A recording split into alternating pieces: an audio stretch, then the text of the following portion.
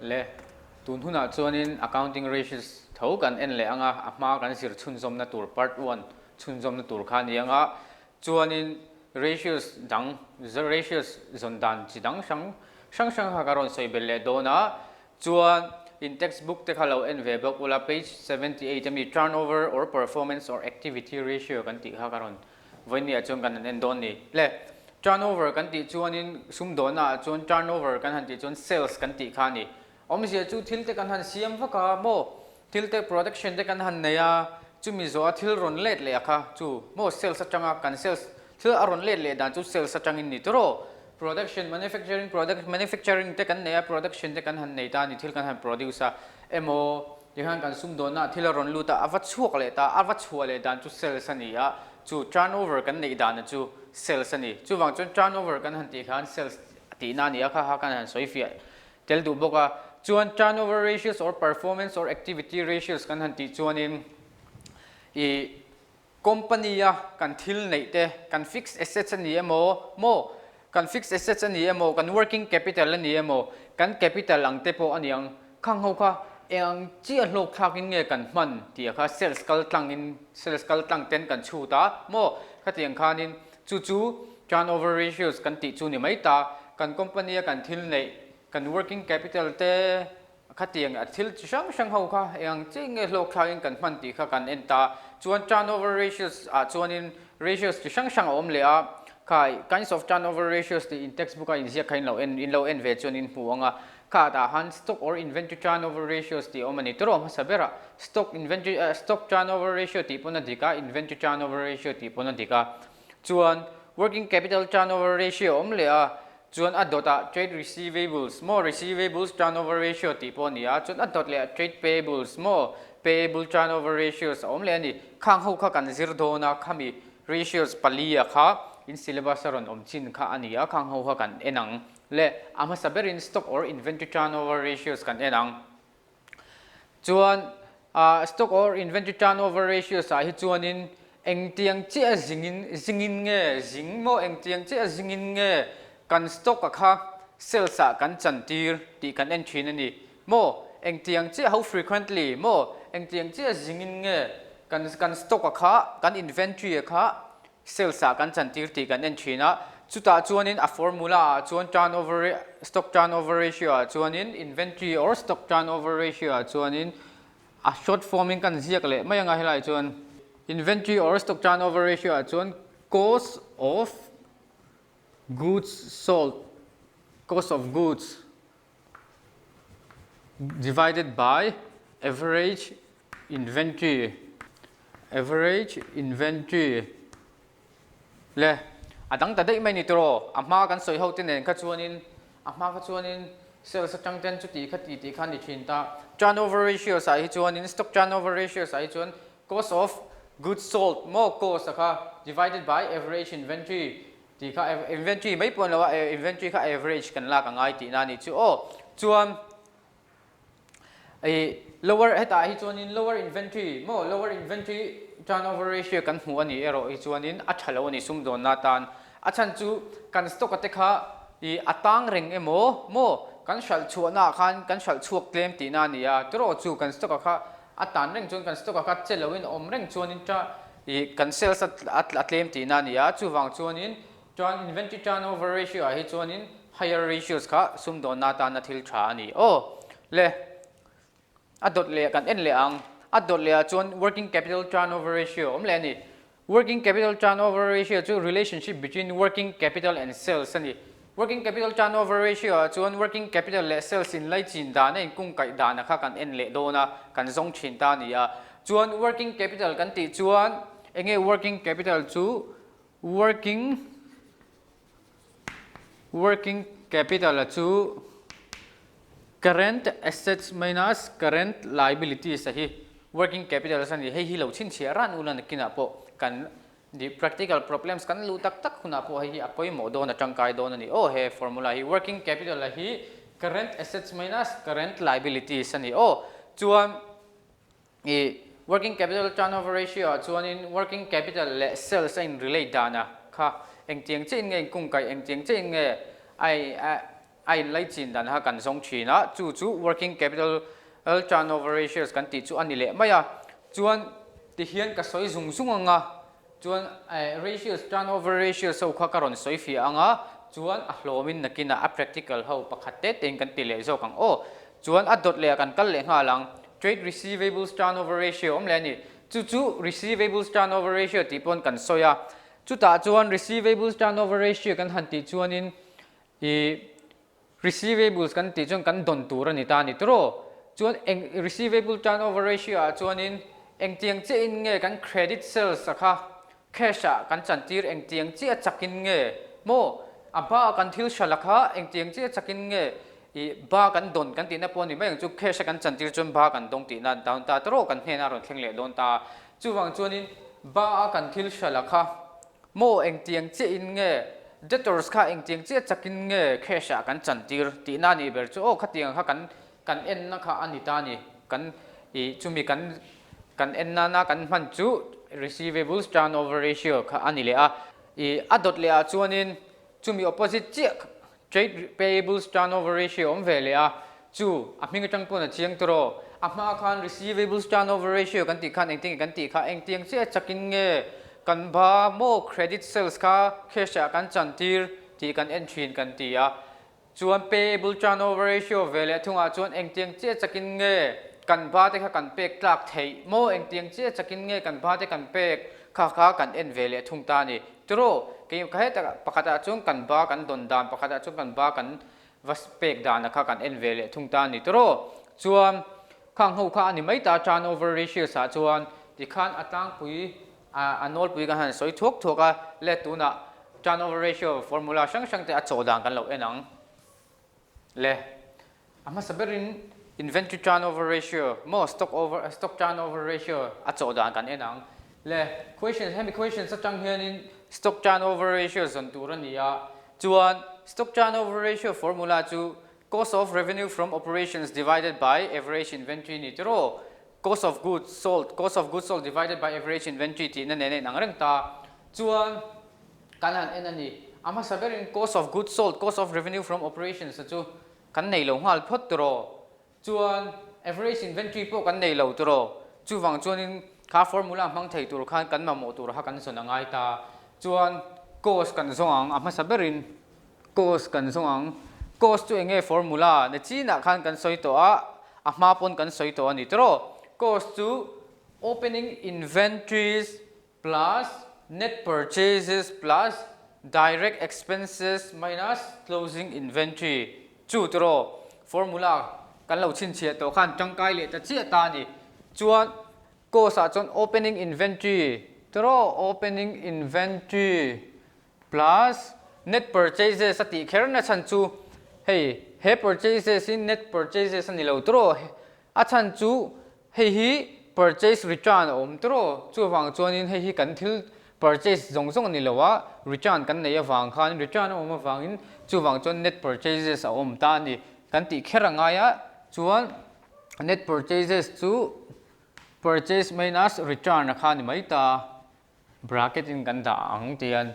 chuan direct expenses engtenge direct expenses wages ani a chuan hela hen salary saron da ni mitam tak chuan in wages le salary si hun khatanga in kan lo da vele mai zela amai ro chu wages si direct expenses ani a salary se ro hi chu indirect expenses ti kha kan sheng hal puk don ni o le direct expenses chau bel turani wangin wages chau kan belanga chu 20,000 ani a chuan a bel tur ho kan bel zawa chuan formula a chuan minus closing inventory atilea chu wang chuan in closing inventory hi kan pai le angai ni 59,000 hi tro chuan heng ho hi kan number nei ho zong zong hi kan han bel kho manga tro chu ta chuan nuai ni singli sang thum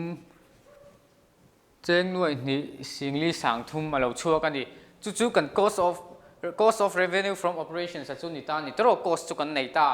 le enge kan lam hmabak chu average inventory tro average inventory chu engtinge kan zonang average inventory formula chu average inventory equals to opening plus closing. Tin kasi may opening inventory plus closing inventory tin. Opening inventory plus closing inventory divided by 2. Thil reng average kan son don chuan. Thil pathum kan bel khom chuan divided by 3 ni mai tro. Chu harlo. Chuan tuna po opening le closing chian ya pahni ni dona. Thil pahni average kan son don chuan divided by 2 ni le mai. Chuan le average inventory chu kan tuna kan lo enang. Opening inventory exact kan nei tro closing inventory chu all te in average inventory chu kan nei ngal thei tro. Opening inventory chu 82,000 ani a. Chuan kan closing inventory vele thung chu 59,000 ani a. Chuan in average inventory chu hei le hei kan bel khom anga chuan chu turin kan divide anga chu mai te chu ni atro chuan alo chuak a chu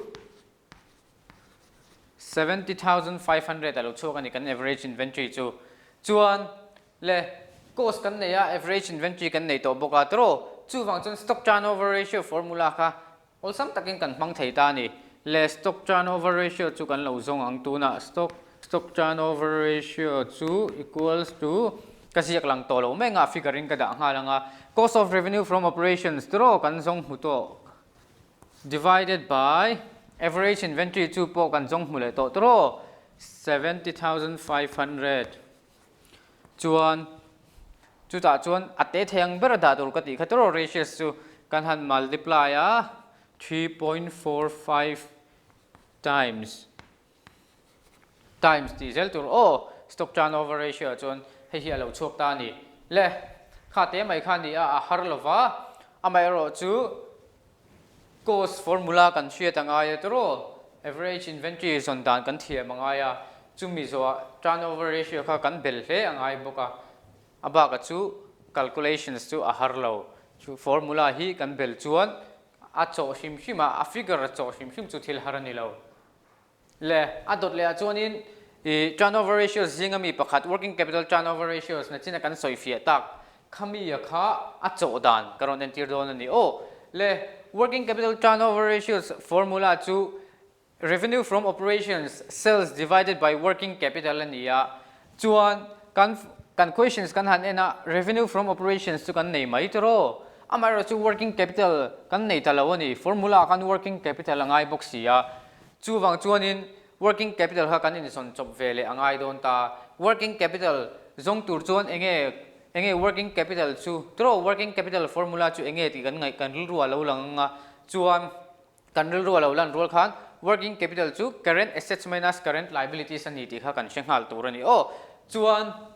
working capital chu current assets minus current liabilities ani a current assets kan ne current liabilities po kan nei tro chu wang chun all sum te in working capital kan nei le thei don ta a working capital chu current assets minus current liabilities ania a figuring ke chong ka da nga lang current assets chu cheng noi kwa ania chuan current liabilities chu cheng noi khat ani chuan cheng noi kwa cheng noi khat kan pai chuan cheng noi riat hei hi kan working capital chu ni tro chuan working capital turnover ratios chu all sum takin kan zong thei to don tro achan chu working capital ber kan nei to a sales po kan nei to a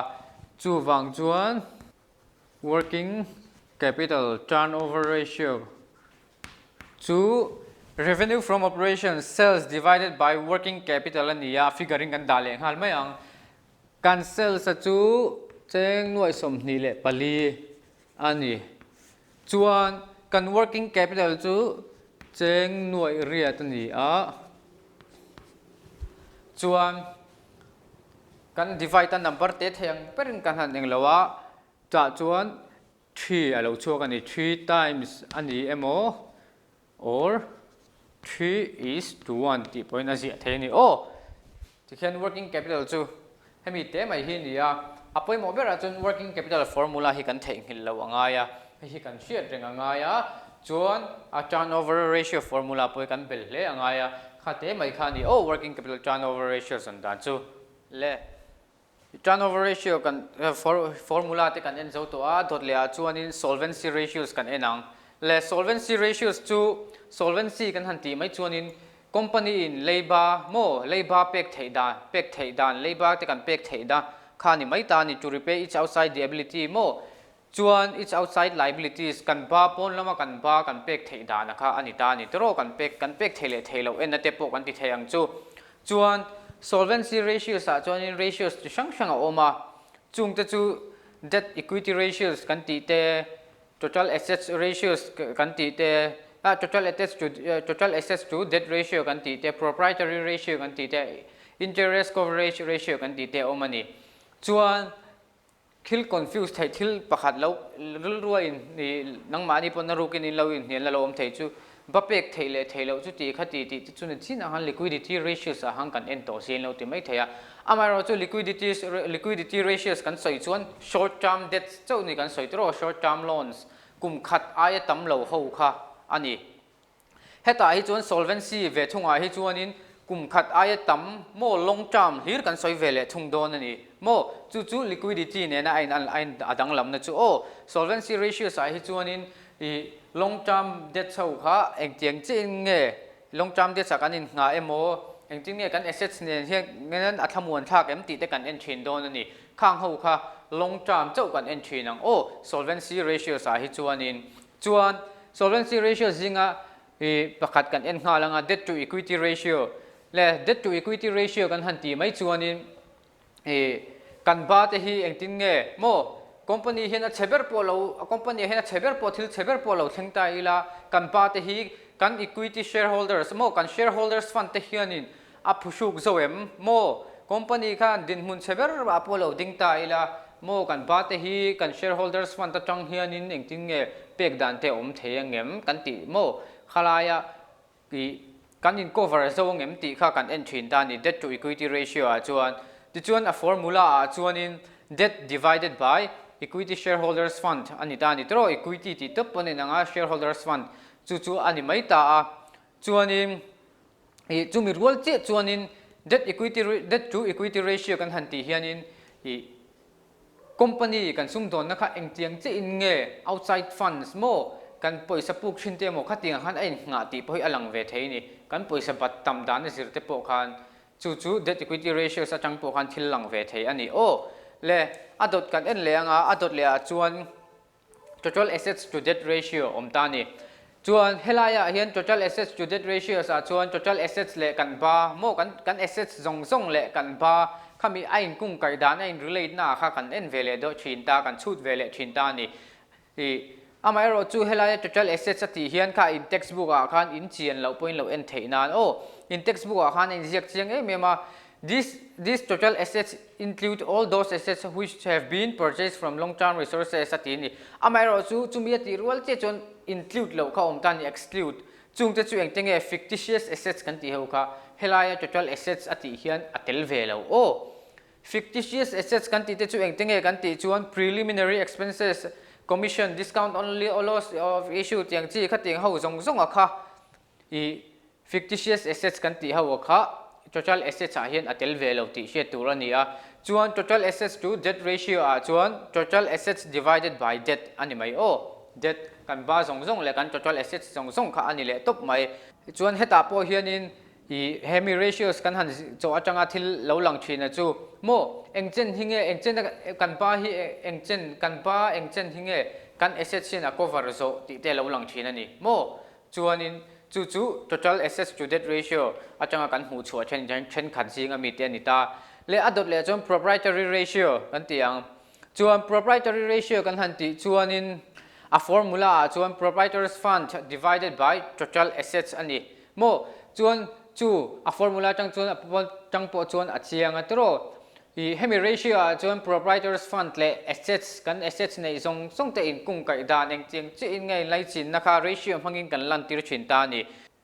heta hian I apoi mo em na chan chu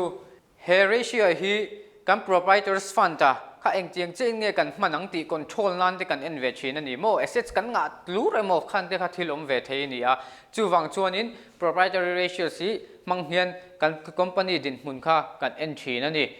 chuan adot le chuan in interest coverage ratio le a chuan interest coverage ratio kan tia chuan in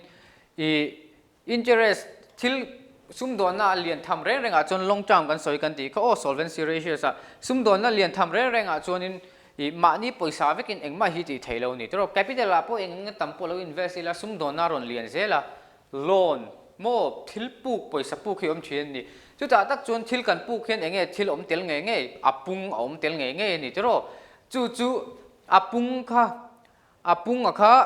kha mi interest kha mo interest on loan kan tiang chi ho apung kan pek tu ra ho kha kan profit atang khan kan cover theim ti kha kan entry ni tro kan cover thei zo thei do nem chu ti khati kan net profit mo kan net profit atang khan kan cover theim interest coverage ratio chuan chu kan entry na chuan a formula chuan interest coverage ratio formula chuan profit before interest and tax divided by interest on long term debt chu mo profit before interest and tax divided by interest on long term debts ani le tuna khang hau kan soi solvency ratios kan soi atang khan in a chaw dan tlem kan lo zirleng hem equation sa chang hian debt to equity ratios kan chok don ani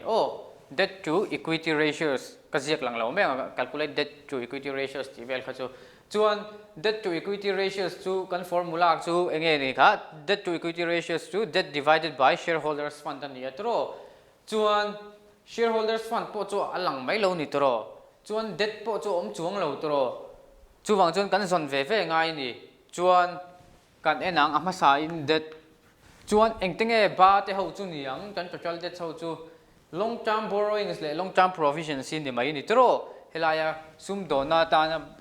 kan debt ho chu long term borrowings le long term provisions in ya chu kan total debts anita ni 1,50,000 hi kan total debts chu ni a chuan adot le ange kan mamo le shareholders fund kan mamo le tro equity kha shareholders fund kan mamo a amaro chu kan neih mi alo tro eti kan neang non current assets plus working capital minus non current liabilities ti formula ha kan hmang le thei tro shareholders fund chon nan khan chu formula kan shet ki ma vangai em tro hemi a ratio formula pi lama khan formula chi sang kha kan bel kha kan chin chia thlip kha ngai tak zet ani chuam kan questions kan ena chu formula chu applicable ani tro a hman thei ni non current assets kan ne ya my plus working capital chu enge current assets minus current liabilities chu kan la nei tro minus non current liabilities enge non current liabilities chu long term provisions le long term borrowings in le ta chi chu tro applicable ta chi chu wang chuan shareholders fund figuring ke chung ka siang hal sel mayang le formula chuan non current assets plus working capital ani atro non current assets kan nei hal 1,80,000 plus working capital what working capital chu enge current assets minus current liabilities tro working capital chu enge current assets cheng singli sanga minus current liabilities cheng singli sanga tro chuan chu ta chang chuan non current liabilities kan pai don ani tro non current liabilities chu enge long term borrowings le long term provisions ni tro chu kan ba hi ni tro helai kan ba kan hu chhuah to hi chuan chu kan pai le ang cheng nuai khat singa nuai heng ka siak mai lo kan shareholders fund tami ho zong kan ma mo tur ho kan han bel kho ma ti chuan kan shareholders fund chu 50,000 alo ni ta ni tro a har lo non current assets working capital minus non current liabilities tu tro kai ma nin kan in tum chop ve kan ni kan ma mo tur ho kha chuan kan ma mo tur kha pani kha kan nei to a chuan debt to equity ratio chu kan lo zong thei ta ni debt to equity ratio sa chu a formula chu debt divided by shareholders fund anita ke chung ka siak lang to lo nga figuring ka siak le nga debt chu nuai khat singa ani a chuan shareholders fund chu singa ani a chuan ate theng ber kan da chuan 3:1 3:1 kan ti khan 3/1 ti na pon ni hal hei hi shareholder debt to equity ratio chu ni kha azon dan chu ani a engma thil har sa lo o le dot le questions dot le chuan kan kal le ang questions dot le chuan total assets to debt ratio ti kan sona ngai ani tro total assets to debt ratio chu a formula chuan total assets divided by debt ani a chuan kan ena kan questions kan ena total assets ti po directly in kan nei lo a debt po kan nei lo amai ro chu debt chu kan zong thiam to ngang mai tro debt chu enge long term provisions long term borrowing sin ya cheng nuai khat le cheng singa hi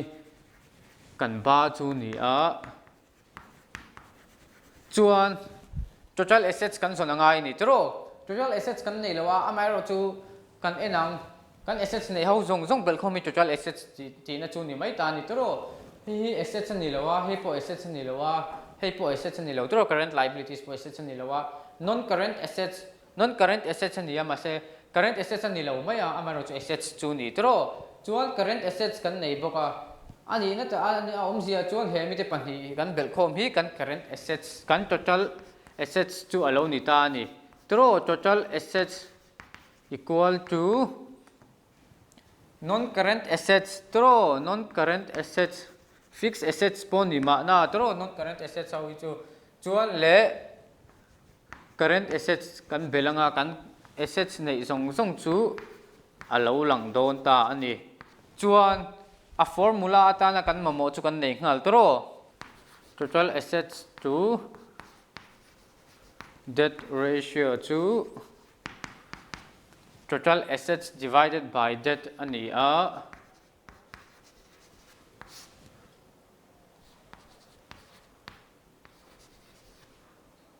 hei hi ate theyang berin kan siam le ang tro ratio sa chuan chu 1.5:1 tinani chu kan chu thiam em kha te mai khan ya total assets to debt ratio kan han ti chuan engma thil har om lo wa amai ro chu kan ngai tu na kan man thiam anga ya tro he mi formula hi apong taka apply tung hal bur lo tu ra chang chon ni apply theng hal pon rom peang amai ro chu apply theng hal lo pon kan question sa changin kan in zon thiam hi apoi mo tak zet ani le tikhanin solvency ratio so wa chodan thang che chu kan ena amai ro chu tikhan kan en mabak kan en kan lo en lo pal ho te po kha in textbook in lo in share ve anga chuan apoi mo bera chuan accounting ratio sa chuan in thilpoi mo em pakhat chu accounting ratio sin he so taka i kan thiam theia kan chaw thei nan chuan amma sabera chuan formula hi ne so taka kan thiam anga ni chuan dot le chuan formula kan han ti pialama khanin kha formula mai ba han khami pen hle kha awm ka ti khamo khatiang formula ratios formula mai ba khan ratios formula ni lo assets formula te pon ni theng total assets formula pon yang debt formula pon yang kha ho zong ha kan thiam le anga ya ti chuan in questions in information miron pe anga ti chuan in enge ka man theyang eng formula nge applicable ti kan chia zung theinan accounting ratios a chuan in formula ne so taka thiam turin kan in chamol mol ani khang zung kan se ka lo me